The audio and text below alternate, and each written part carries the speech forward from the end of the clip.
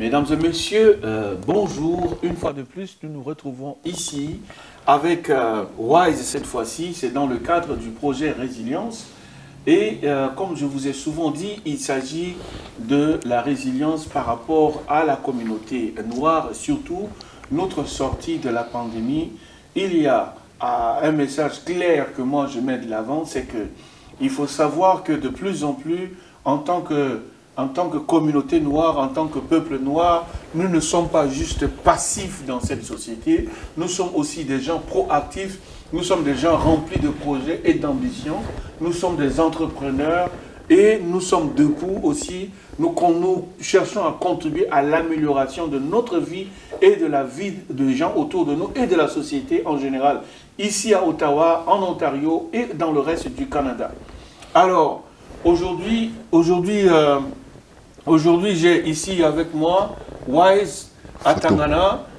Wise, c'est aussi un ami, un collègue artiste avec qui j'ai déjà fait plus d'un spectacle.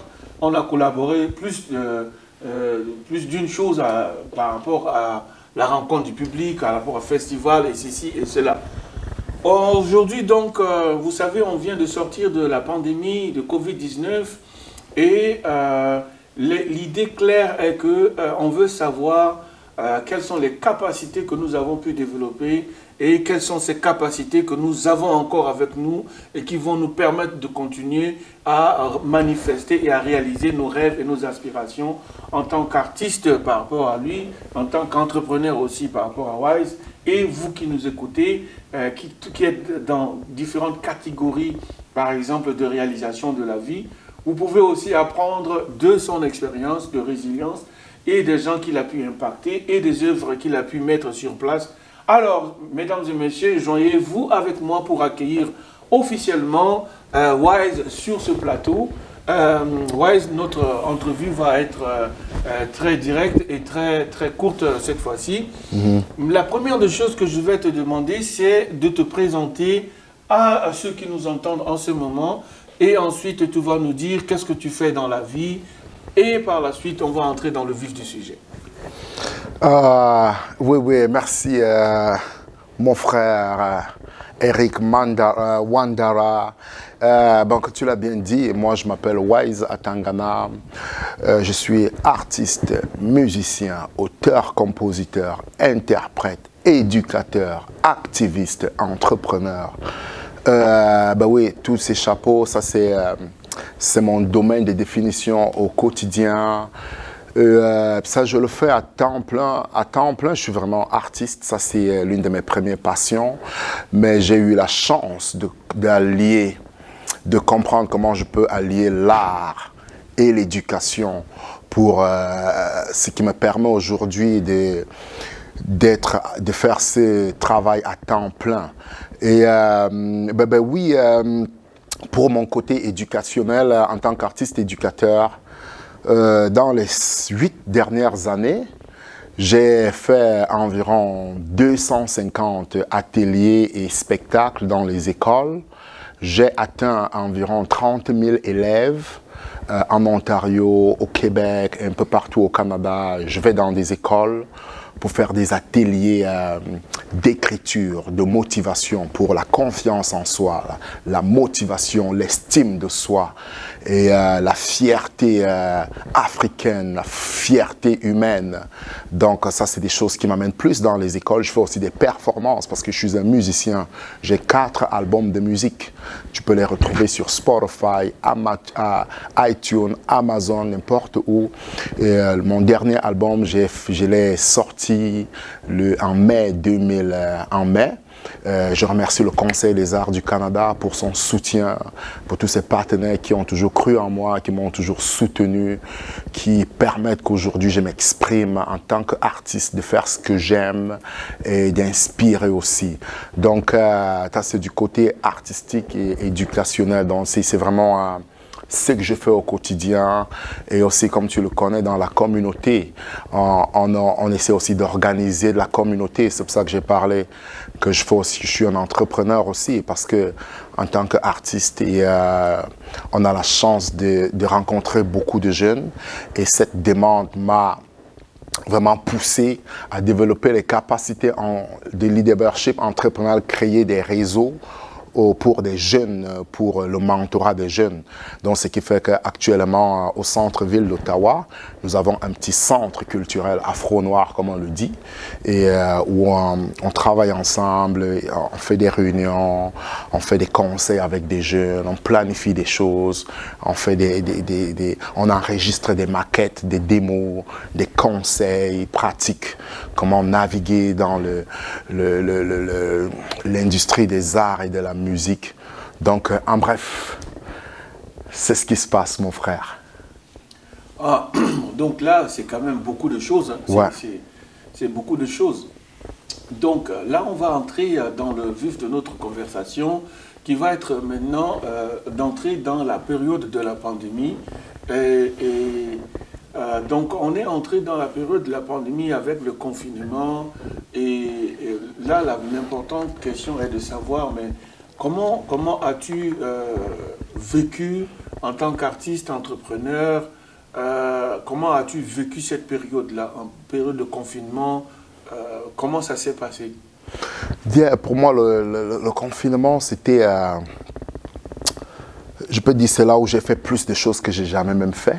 Parce que pendant le confinement, c'est là où j'ai ouvert le centre culturel au centre-ville d'Ottawa.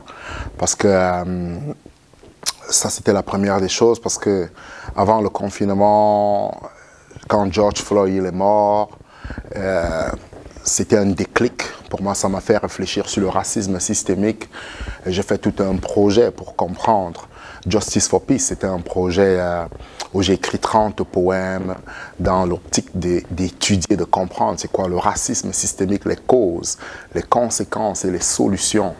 Et l'une des solutions que j'ai vues après le projet, c'était de créer un centre artistique où les artistes peuvent venir ensemble pour créer un mouvement pour éduquer les populations au Nord-Amérique et partout à l'Ouest. Parce que les stéréotypes, les préjugés qui sont collés sur des Noirs, c'est des choses qui ont été créées depuis des siècles.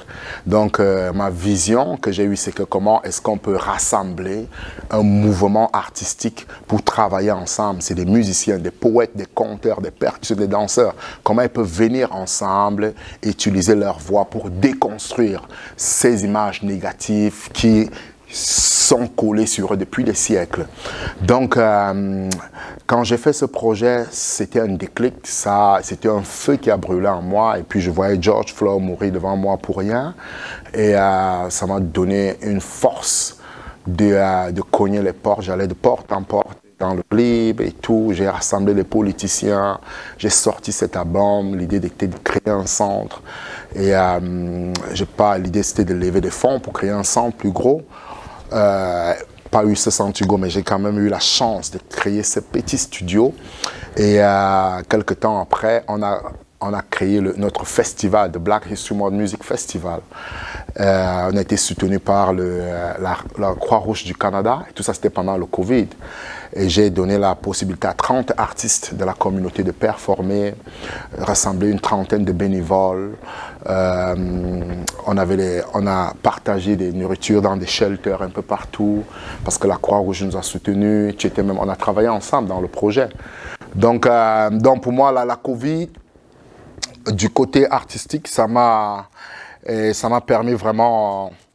C'était pas prévu, mais j'ai vraiment pris ce temps parce que le déclic c'était avec George Floyd et on est entré dans la Covid et puis la musique, le studio.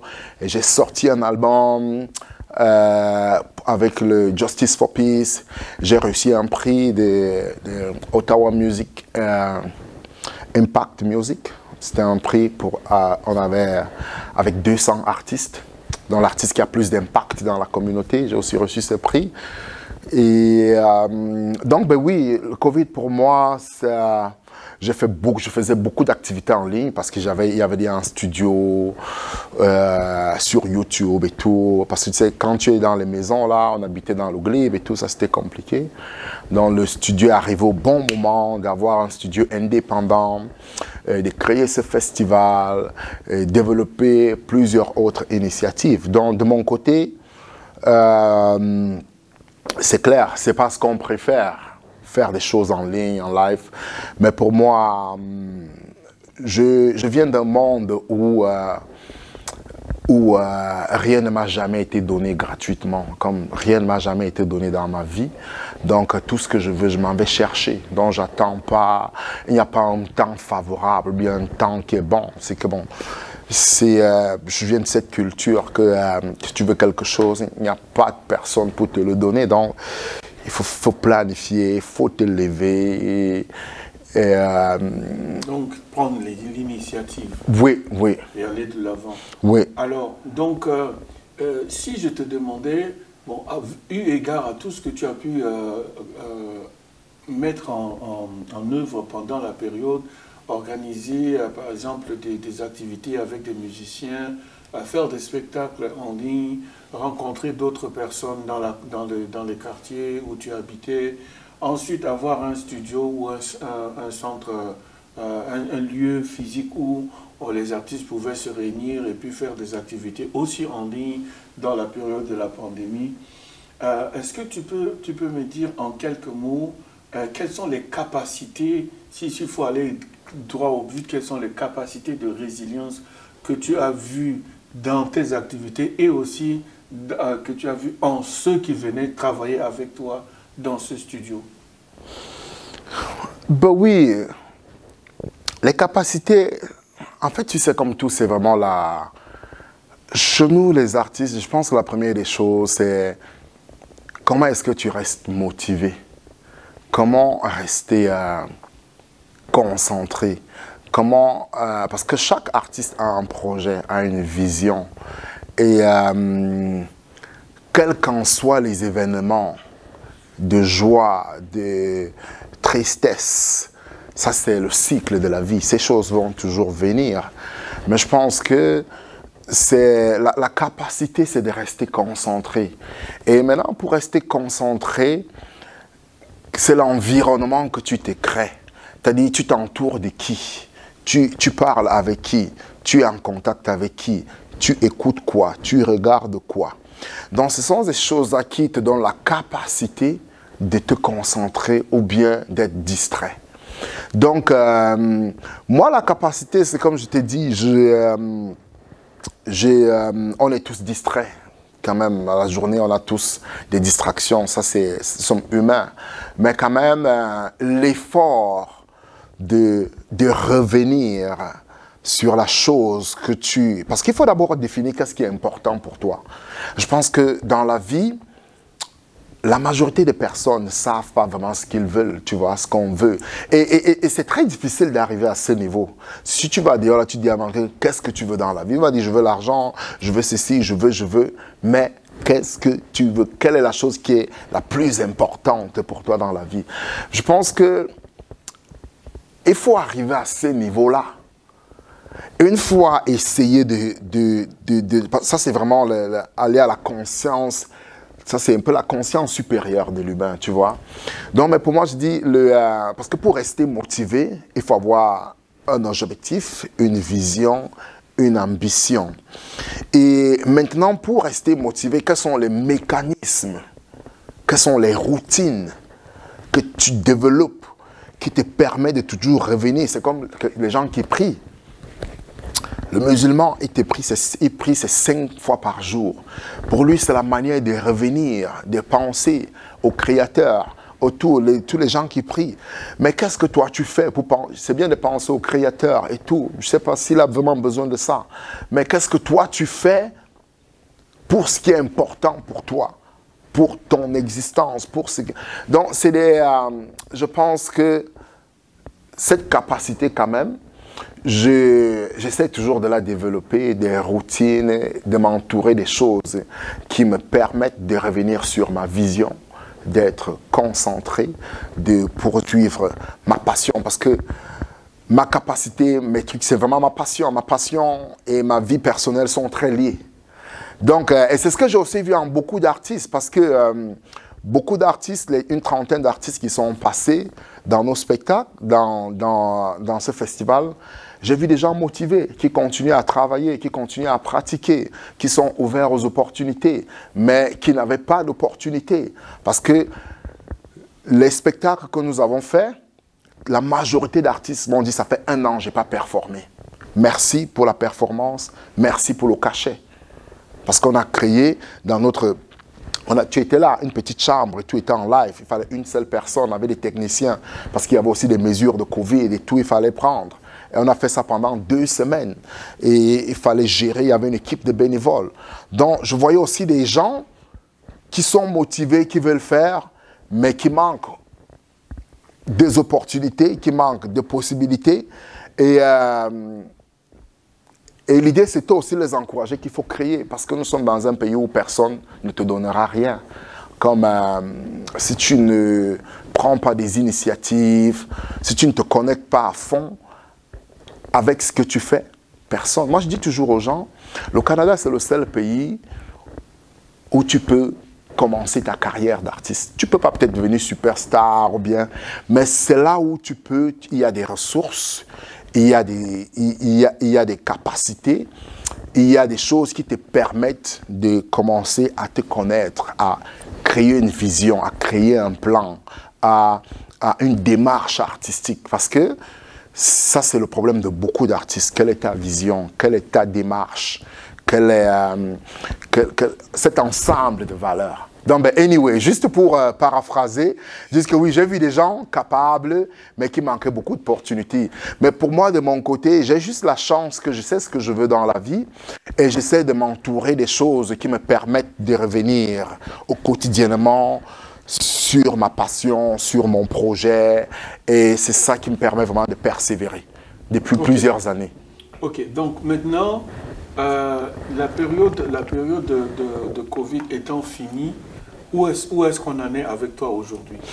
Oui, la période de Covid, c'est clair, bon, c'est pas comme le success story, je dis seulement ce qui est, bon, je parle plus, tu sais, positive mental vibration, ça c'est mon mantra. Donc je suis quelqu'un qui... je ne suis pas naïf, j'ignore pas des choses négatives, mais je suis quelqu'un qui se concentre plus sur des choses positives. Donc, je passe plus de temps à parler des expériences positives que des négatives.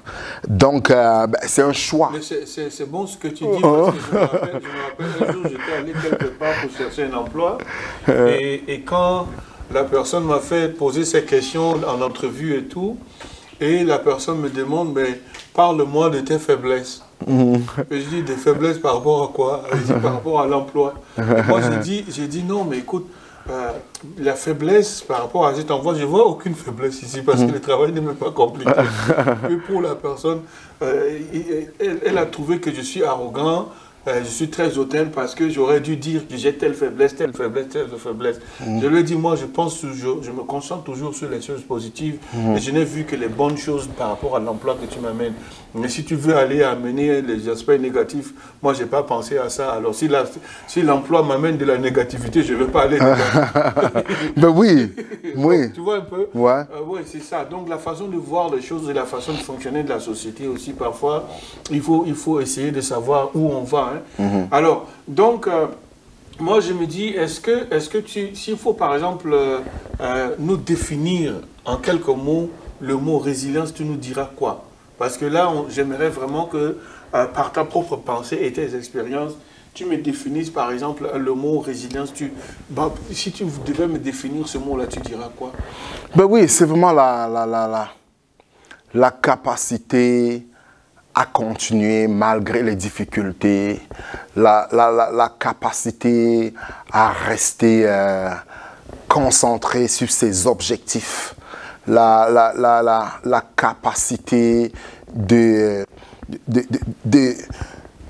c'est les capacités que tu te donnes pour persévérer, pour avoir ce que tu veux dans ta mission. Parce que quand on parle de mission, il y a obstacle.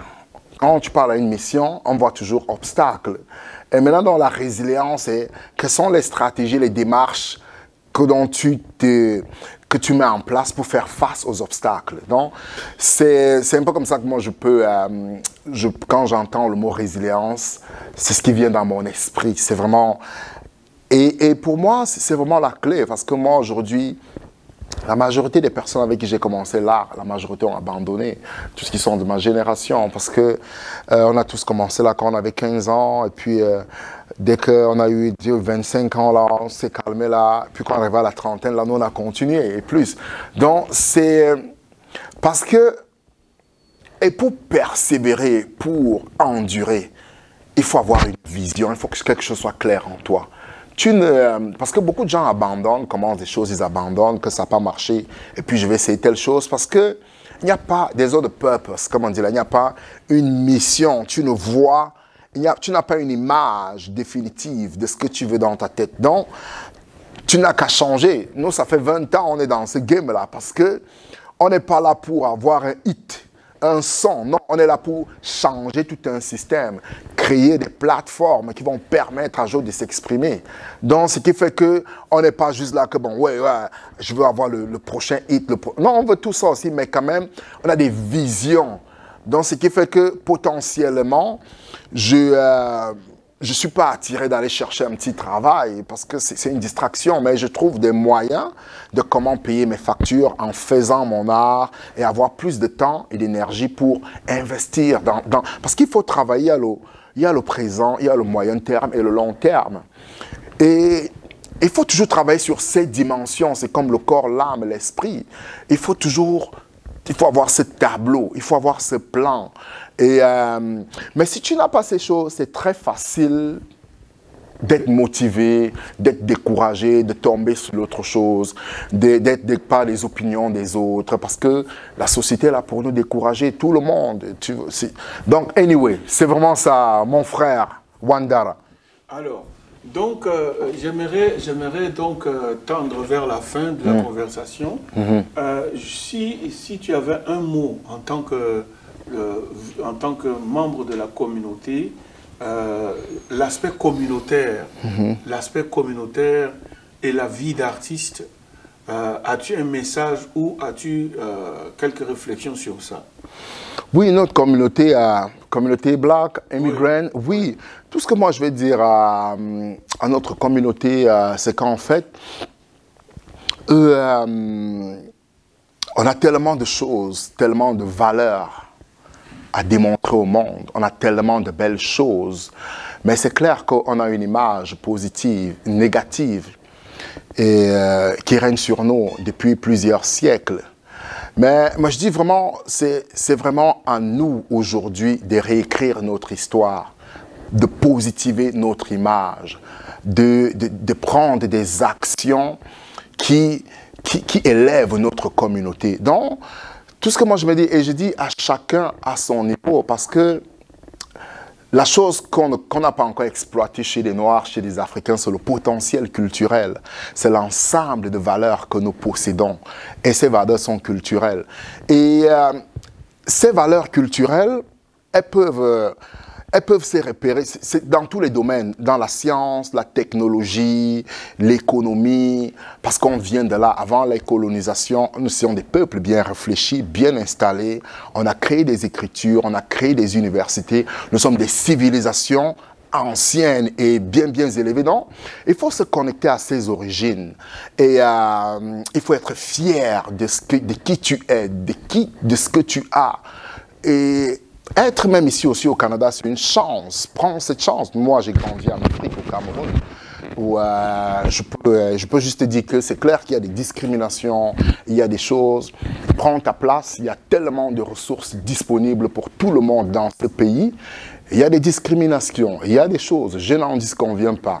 Mais à la communauté, moi je dis, on est dans la meilleure place, au meilleur endroit, au meilleur moment. Et c'est nous qui devons réécrire notre histoire. L'histoire de nos continents, l'histoire de nos pays, parce que l'histoire est l'image systémique qui crée des problèmes, qui crée des obstacles à nous tous. C'est parce qu'on n'a pas écrit sur nous, on n'a pas écrit sur nos peuples. Donc, et moi, je vais revenir aussi sur les artistes. Je dis aux artistes toujours que le Canada, c'est un pays de l'éducation. Et on fait le divertissement, mais ajoutons la touche de l'éducation dans notre divertissement, parce que c'est la meilleure façon aussi où on va changer, où on va apporter des changements profonds. Donc, c'est tout ce que j'ai à dire, Monsieur Ouandara. Merci beaucoup. Donc, il y a cette importance pour la communauté de se rencontrer et de se souder pour travailler aussi dans la main dans la main, parce que il y a un sérieux problème identitaire qui nous empêche d'être nous-mêmes. Et le fait qu'on ne sait pas qui on est en grande partie, ou le fait de ne pas accepter qui on est en grande partie, fait qu'on est nulle part, en fait. Même si on est intelligent, même si on a des PhD, on tourne en rond avec. Et puis, donc, moi, je me suis rendu compte qu'en tant qu'artiste, nous avons ce message à apporter aux gens. Nous avons aussi la dimension de la transformation, donc d'apporter ces mutations sur le plan non seulement du système de pensée, mais aussi organisationnel, parce que le mode de fonctionnement peut soit nous aider à nous affranchir de certains obstacles ou de nous embourber complètement dans des choses négatives et chimères qui ne nous permettent pas de juste hausser la voix. Et là, du coup, on pense que les autres sont toujours meilleurs que nous. Alors, merci beaucoup d'avoir accepté à mon invitation pour cette entrevue. Et je pense que la communauté profitera et les artistes aussi profiteront de tes réflexions, parce que j'étais là pendant la période de la pandémie. J'étais là aussi parmi ceux qui étaient à la une des manifestations pour George Floyd. Je me rappelle aussi qu'on avait dit merde à tout le système mis en place pour contrôler les gens. Et des milliers de gens sont sortis. C'est ça la puissance de la communauté qu'on a démontré. Les milliers de gens sont sortis. On s'est foutu pas mal de systèmes de policiers, des systèmes, même Trudeau lui-même était là. On a marché en milliers. Et quand les gens ont vu qu'on pouvait le faire, beaucoup de sympathisants se sont joints aux Africains en général, si tu veux que je l'appelle comme ça, au peuple kamil qui s'était mis debout. Alors donc, si on se met debout, on sait où on va, on aura toujours le soutien. La question, c'est de savoir, est-ce qu'on sait qui on est? Est-ce qu'on sait où on peut aller ensemble? Martin Luther King dit, soit on se met debout, on fonctionne ensemble et on s'en sort comme des gens intelligents, ou alors on reste divisé et on meurt tous bêtement comme des idiots. Mesdames et messieurs, merci beaucoup. À la prochaine.